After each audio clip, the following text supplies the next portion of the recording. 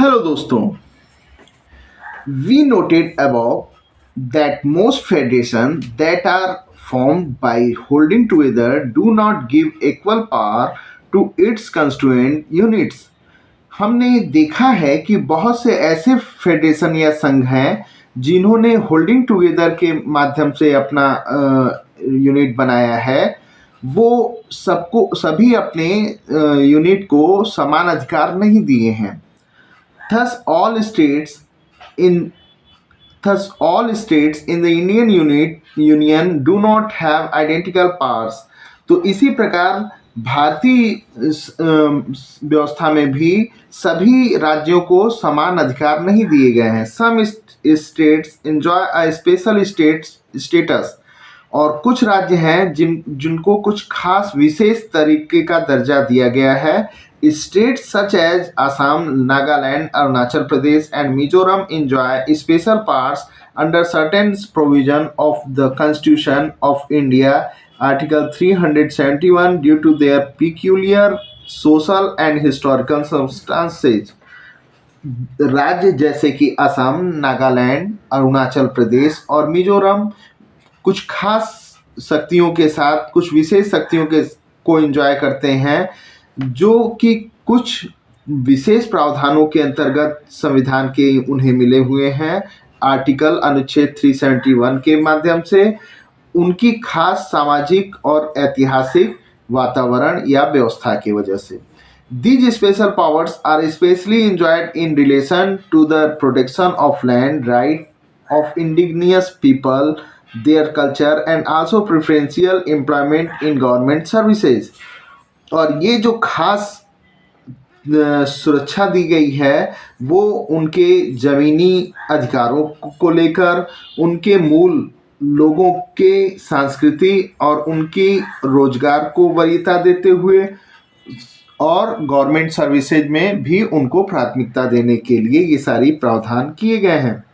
Indians who are not permanent resident of this state cannot buy land or house here. जो भारत के नागरिक जो यहाँ के परमानेंट नागरिक नहीं हैं या फिर अस्थायी नागरिक नहीं है, वो यहाँ की ज़मीनें नहीं खरीद सकते हैं। Similar special provisions exist for some other states of India as well. और ऐसे ही प्रावधान कुछ अन्य राज्यों में भी भारत के दिए गए हैं। There are some units of the Indian Union which enjoy very little power. और कुछ जो इकाइयां हैं भारतीय समूह की वो बहुत थोड़ी ही शक्तियों का इस्तेमाल करती हैं। These are areas which are too small to become an independent state but which could not be merged with any of existing states. ये जो क्षेत्र है ये बहुत छोटा है जिससे कि इसे स्वतंत्र रूप से घोषित नहीं कर सकते हैं, स्वतंत्र रूप से राज्य घोषित नहीं कर सकते हैं, लेकिन इसे किसी राज्य में मिलाया भी नहीं जा सकता है। These areas like चंडीगढ़ और लक्षद्वीप और the capital city of Delhi are called union territories. ये ऐसे क्षेत्र हैं जैसे कि चंडीगढ़, लक्षद्वीप, दिल्ली का राजधानी क्षेत्र और और अन्य यूनियन क्षेत्र। These territories do not have the powers of a state. और ये जो क्षेत्र हैं इनके पास राज्य की शक्तियाँ नहीं होती हैं। The central government has special powers in running these areas. और जो केंद्रीय सरकार होती है उसे विशेष शक्तियाँ इस क्षेत्र को चलाने के लिए दी जाती हैं। This sharing of power between the union government and the state government is basic to the structure of the constitution. और ये जो शेयरिंग शक्ति का विभाजन है केंद्रीय सरकार और राज्य सरकारों के बीच में, ये मुख्य रूप से मूल आधार है इस संविधान का। It is not easy to make changes to this power sharing arrangement. और ये जो पावर शेयरिंग का जो शक्ति विभाजन का जो तरीका है या प्रावधान है, इसे आसानी से बदला नहीं जा सकता। The parliament can not on its own change this arrangement. और पार्लियामेंट जो संसद है हमारी वो भी इसे अपने स्तर से बदल नहीं सकती। Any change to it has to be first passed by both the houses of parliament. अगर कोई परिवर्तन करना भी है तो दोनों सदनों से हमें संसद के इसे पास कराना होता है। एटलीस्ट 2/3 मेजॉरिटी, और कम से कम वो 2/3 बहुमत के साथ होना चाहिए. Then it has to be ratified by the legislature of it at least half of the total state. और इसके बाद इसका स्तर